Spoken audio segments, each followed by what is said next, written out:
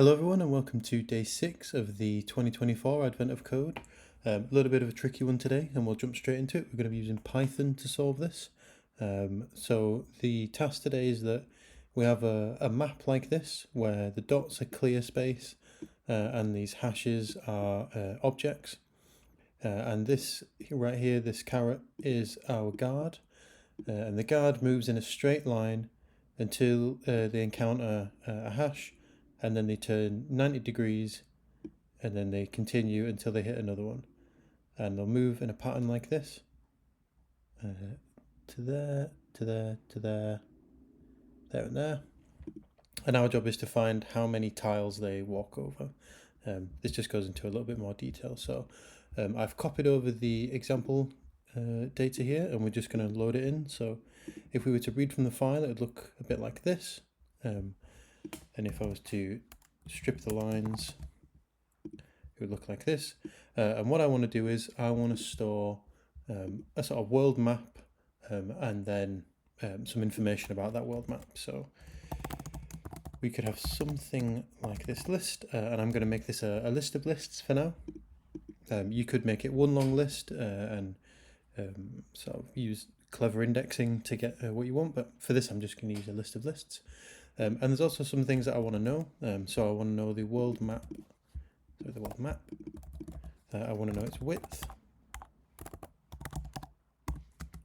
And I want to know its height. And for now, we'll have that. So what I'm going to do is I'm going to really simply make this the world map. So I'm going to say line.strip for line in file, and I'm just going to make that the world map. So very simply, if I was to print out the world map and these stats, I would populate the world map and get nothing else. So that's great. And then what I can do just afterwards, I can say, okay, the width of the world map is taking any of them and getting the length of it. So I could do that. And the height similarly is going to be the length of the outer map. And so I get something like this, 10 by 10, and that's what we expect.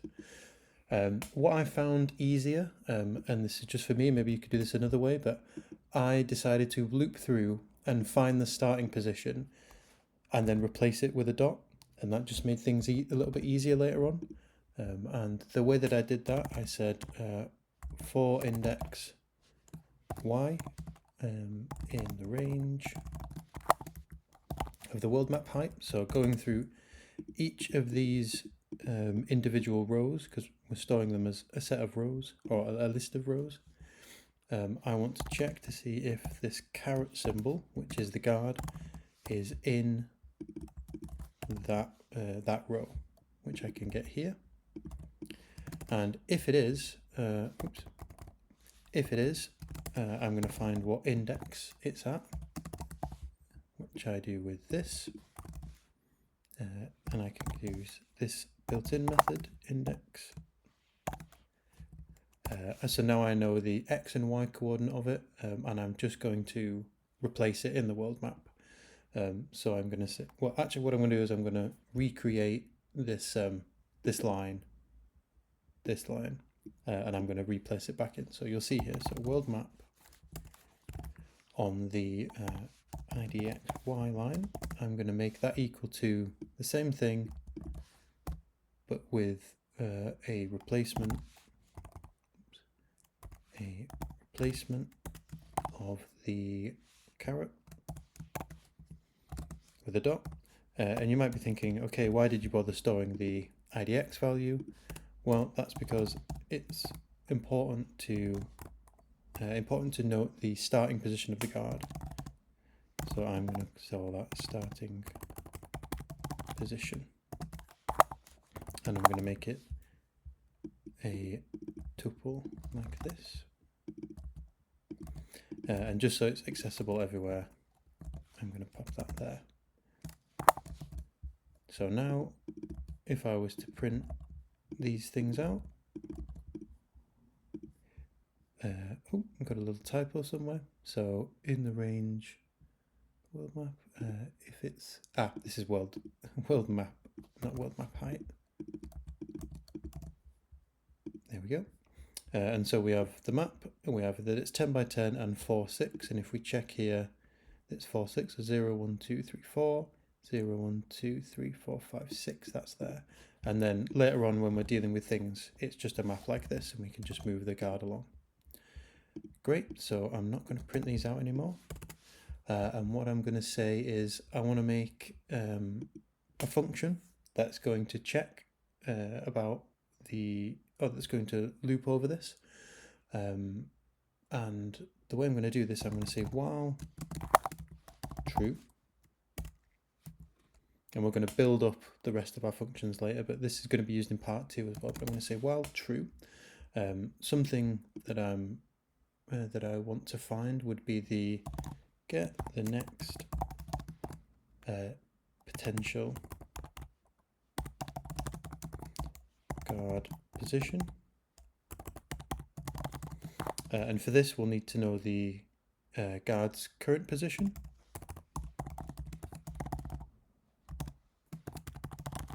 And the direction that they're facing as well. So the guard facing.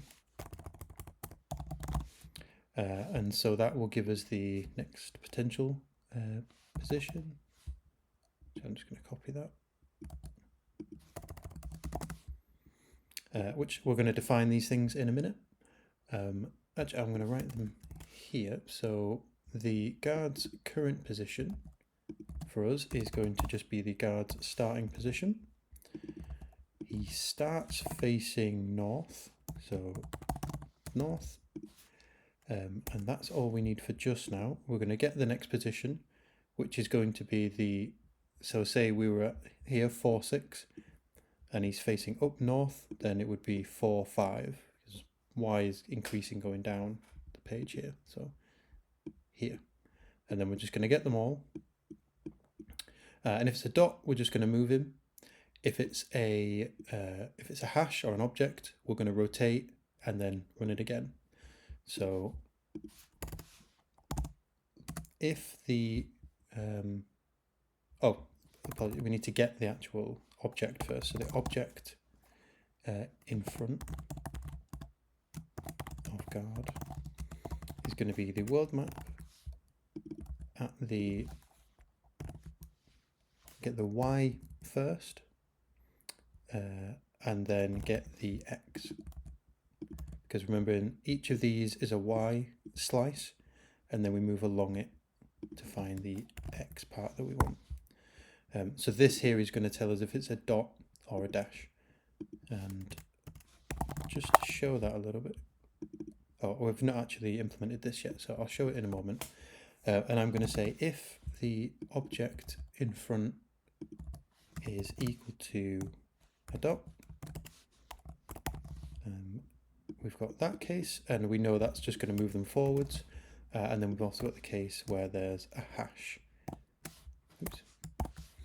One thing that I did find helpful when doing this was to say if the object was not in this list of these two things that we expect,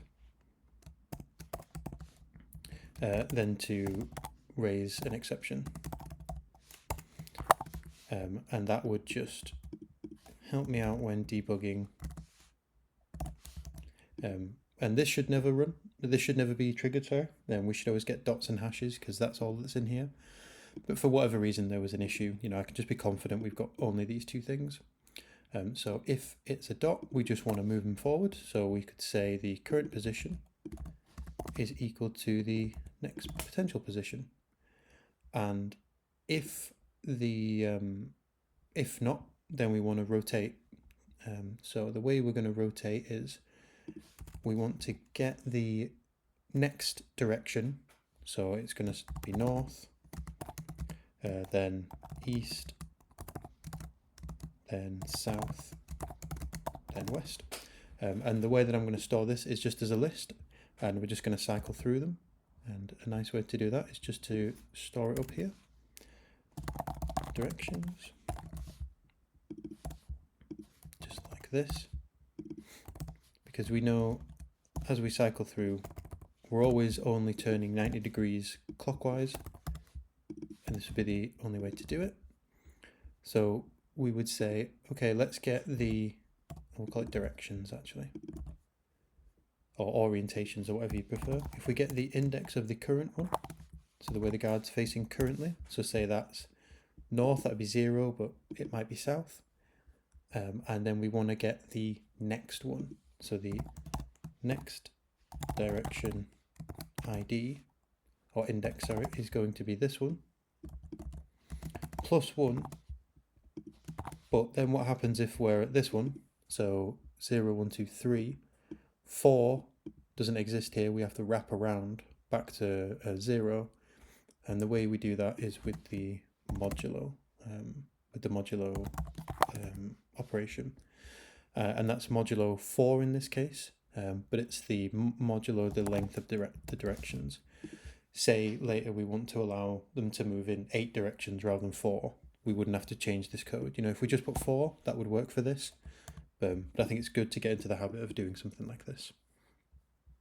Okay, so we've got the current direction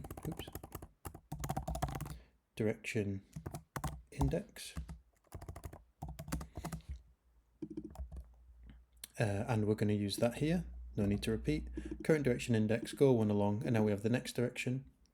And we'll simply say the guard is now facing this new way, and then we'll run it again. So because it'll go up to this true, it'll get the next position, and it'll keep running. So he'll go all the way to here, rotate, so he'll come all the way up to here, then rotate, and then move over here. Just going to keep the data the same there. There we go.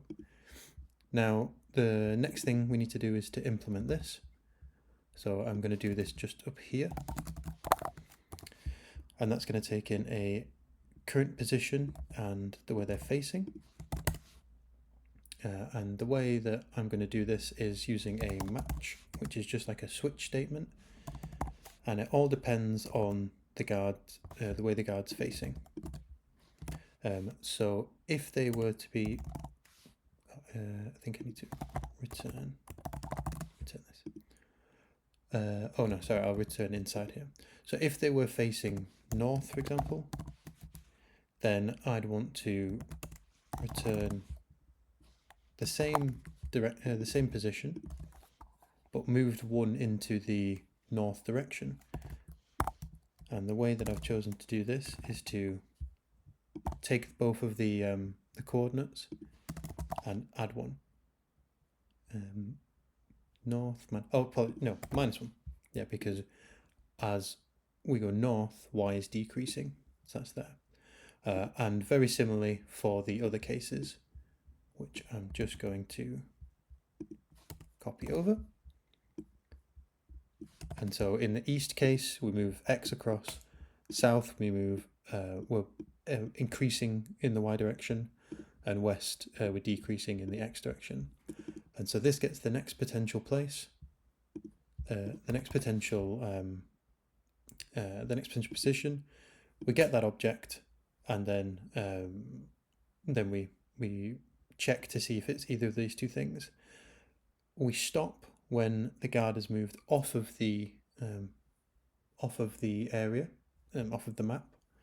And so the way that we can do that is we can say, okay, if the next potential position, its x value is greater than the width of any of these lines, of any of these rows, or less than 0, or in the y direction, less than 0, or greater than the height of the map, then we know we're out.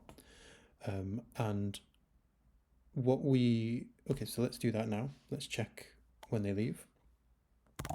So if the x component of this is less than 0, or the y component is less than 0, or the X component is greater than the world map height width. It also can't attain this, it's one less. So if you imagine here, 10 is the width, but there is no 10th item here. There's 0th up to 9th. And so you could either use that or use -1 here. I'm going to do -1, or very similarly, the Y component is larger than the height +1. And if we have that case, then we're done, because we've gotten out of the map. What we do each time is just we're just adding a new counter. It wouldn't actually work doing that. So like what we could do is say add a counter every time, but that just tells us what number step it is. But when we get sort of down here, we're going to start crossing over. I believe there's an example. I'll see like here with all these X's. Anytime we cross over, say like with this line, it comes down, and then in here it comes, it will come across here. This spot will add 2 to the counter, but we only actually want 1 for that. So one thing we could do, we could say to store all the previous positions that the guard has been in. So we could say previous guard positions is a set of this, because we want it to be unique. And what we could do is we could say, okay, for every time we restart, we will add the guard's current position to this. And so when we're finished, we should have all of these positions populated to get him out of the world map. And if we were to print the length of the guard's previous positions, in this case, I believe if we check, it should be 41. So let's try. There we go, 41. And if we use the actual data rather than the example data, we get 5080, which is the answer to part 1. Now moving on to part 2, the puzzle asks us for every spot on the map, we could add a new obstacle, just like these hashes, and it'll function the same way. When the guard hits it, they'll turn 90 degrees clockwise. We want to see how many positions that we could add a new object that would cause the guard to go into a loop like this. So there's a few different examples here. So if we were to put one here, it'd go like in a square. If we put one here, it would follow this path, and then go this way, and then fall into another square here. And the question is, how many different places could you put an object that would make this happen? So if I go back to the example, what we really need is a function that says if the guard is stuck. And so I think we can use this, and we're going to transform it a little bit. We're going to say define the guard cannot escape, and we're going to give it a world map. So rather than the globally defined one, we're just going to do for a specific one. And what we want this to do is to return true or false, depending on if the guard gets into a loop or not. How would we check to see if the guard's in a loop or not? Well, we can check to see if the position is in one of the previous positions. Now, we just need 2 more things. One of the things is that we have to note the direction that the guard is moving in, because say in this example, if the guard were to move across here, he's not in a loop yet, but he has got to the same point, so we have to couple up the position and the direction. But then also, if we were to search every possible dot on here, because it's quite small, that would be fine. But in the actual data, it's massive, 130 by probably something similar. It takes way too long, especially when you're looking for loops. So one thing you can notice is that any potential place that wasn't on the original path of the guard wouldn't have any effect. So if we were to run this as we did before, and we found, it comes off the bottom here, if we put an object there, well, it's not going to be in a loop because it wouldn't affect him. He'd never run into it. And here and here and here and all these different places, the only place that could possibly have an effect is if we put one in his path. And that suddenly changes the search space from 100 down to 41 in this case. But in the real data, it's absolutely massive, and the route that he takes it's not that large. It's 5,000 over a very, very large search space. So that is what helps this run in kind of a reasonable time. So we'll start with the loop finding. We want to say, okay, if the positions, if the position is where he'd been before, then that's a loop. So that would be a loop check. And then, oh, sorry, no, this isn't where he's been before. This is if he gets off the map. So this is out of the map check. And we want to do some kind of loop check. And how do we do that? Well, we could say that if the next potential guard direction is in the previous guard positions, the next potential guard position is in the previous positions, then we could return, because we're now in a function, we could return true. And similarly in this case, we would say false. So it's true in this case if we repeat somewhere that he cannot escape. It's false if he gets off the map. But like we were saying before, just being in the same location, the same coordinate is not enough. It has to be the same direction. And so when we now save the guard's positions, we want to couple that up with the way that the guard's facing.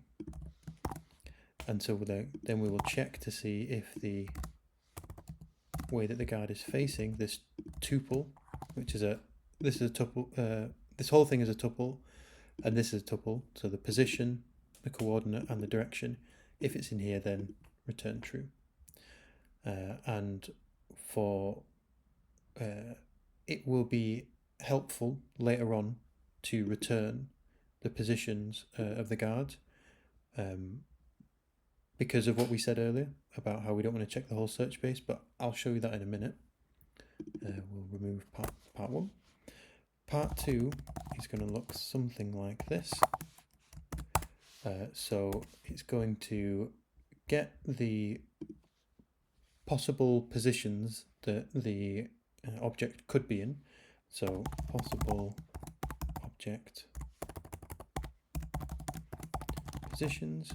Let's for now just call it a list. And we're going to say for I and the position.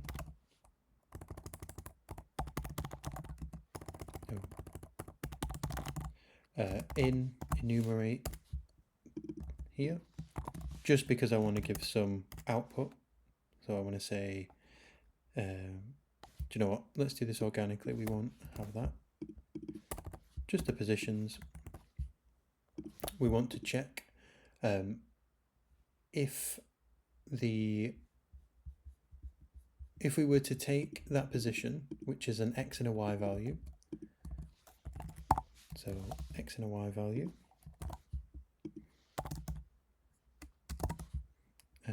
index X and index Y. If we were to replace that point with another object, with another hash, and then run this same check, can the guard get out? And the way that I decided to do this was to say, I've got a modified modified world map. And there are definitely more efficient ways to do this, but this is just the way that I decided to do it. I decided to take a copy of the world map, and then I wanted to replace the row. So I wanted to say the row that I'm interested in is the modified world map here. And then I wanted to take that row and I wanted to slice it so that it goes from the beginning up to where I'm making the change here. And then I wanted to take the other half and in the middle of those, because this is exclusive and this is inclusive, the IDX element will be empty, or actually it'll just be a shorter array at the minute. But what I'm trying to say is that here I'm going to add this new object like this, and this is going to be my modified row. And then I'm going to take this modified world map and I'm going to make the yth element here equal to that. And that's not particularly space efficient or particularly clever way of just taking the world map and replacing this, this one point and making it an object. And then I want to say if the guard cannot escape in this world map, so in the modified world map, then the maps that trap the guard, we can add this to it. We can add this modified world, or we could just have a counter. I'm going to store them all. And so we need to, in fact, I don't think we do need to store them all. We could just have a counter, but this is how I've done it previously. We have this, which is going to be a set, and we're just going to add to it. Maps that, here we go, and we're just going to add to that each time. And then at the end of this all, once we've gone through every possible position, I'm going to return the length of this. And you know what, now that I'm seeing that we're literally creating it just to see the length of it, we will actually just have a counter. And just make this a number, so 0. One more thing to note is that we don't want to check adding a new object right where the guard starts. That's one of the things that it tells us not to do. So we could say if the position is equal to the guard's starting position, then just continue, move to the next one. Now, this is what we need to think about, the possible object positions, rather than just having absolutely every dot that's in the map, and you can see there are lots.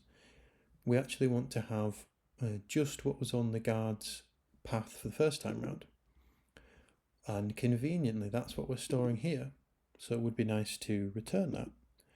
So let's return that here as part of tuple.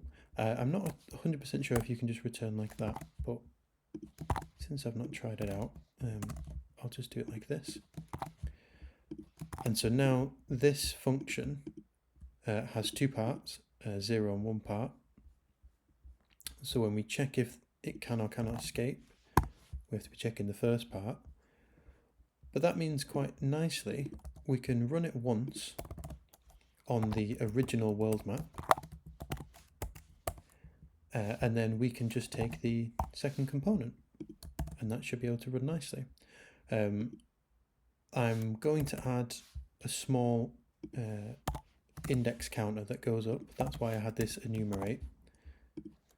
And you wouldn't want to do this all the time, but for me, I found this helpful just to see what was going on, because it It does take about 10 seconds to run. I think it's 12 seconds. And, you know, if your terminal just kind of freezes for 10 seconds, you think you're caught in some kind of loop.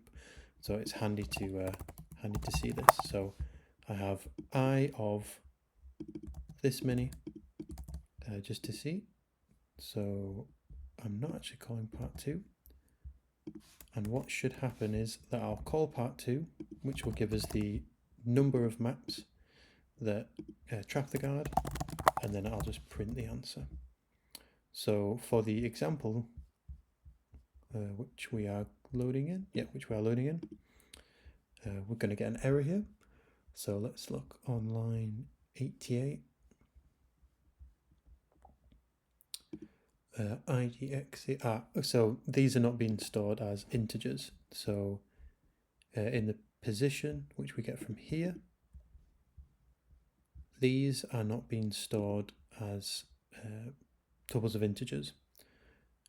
And I think that reason is because in here, we're not returning these as ints. Let me just, actually, a quicker way to fix this would just be to cast them to ints here. So we could have gone all the way to the source, which you would do in a production environment, and make these integers, but for now I think this will work. Oh no, so what's going on here? So position, I didn't make the second change. So now position is not just the coordinate, it's the coordinate and the path that it's traveled, but we don't necessarily care about the path, so we could just use this to deconstruct it and just use the coordinate. So I think that should work. So you can see now there were 55 places to search rather than the 100 or so, and it's given us 9. So if we were to check down here, it tells us that there would be 6. Okay, so there's some bug. Okay, I found the bug here. We're actually overcounting, and the reason that we're overcounting is these possible positions are giving us, say, 26 north and 26 west, and then we're extracting just the position from them, so that would be 26 twice, running this through twice, and so we're counting that thing twice. So one way we could resolve this would be to do an operation on this this object and to sort of collapse it to just get the position so there was no repeated, or similar to how I had before, we could have this as a set. So that would be this modified world map, and then there'd be no repeated ones. This is definitely not particularly efficient there. I think this would be a better way, making sure that all these are unique, but just to show you that it does work this way. This is just a set, and then add modified world map. Is that not the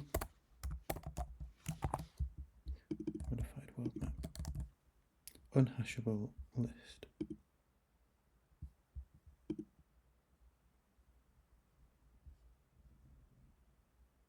Oh, it was the position.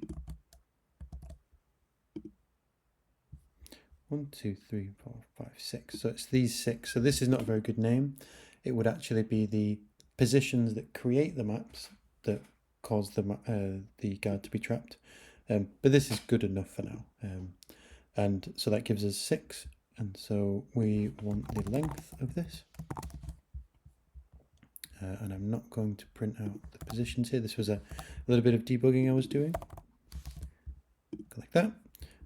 Checked all 55, which was a little strange, right? There was alarm bells going off that this isn't 45. Some of them were overcounted, which might tell us why it takes about 10 seconds to run on the full data set. But 6 is what we were expecting. And so if we ran it on the actual data set, there's 5,801 to check. and I've timed it before. It takes approximately 12 seconds, and we've got 1919, and that is the answer. So a few improvements if you were going to continue from this this kind of solution. I would say to do an operation on this here, this possible positions, and take it from coordinates and ordinal direction just into unique coordinates. That would save some of this. I would wager it would probably be closer to 4,000, which would make it run a bit quicker. But this is the solution. Hope you've enjoyed this one. A little bit more tricky, a little bit more involved. If you have enjoyed, please leave a like, please leave a comment, subscribe, and I'll be back for day 7.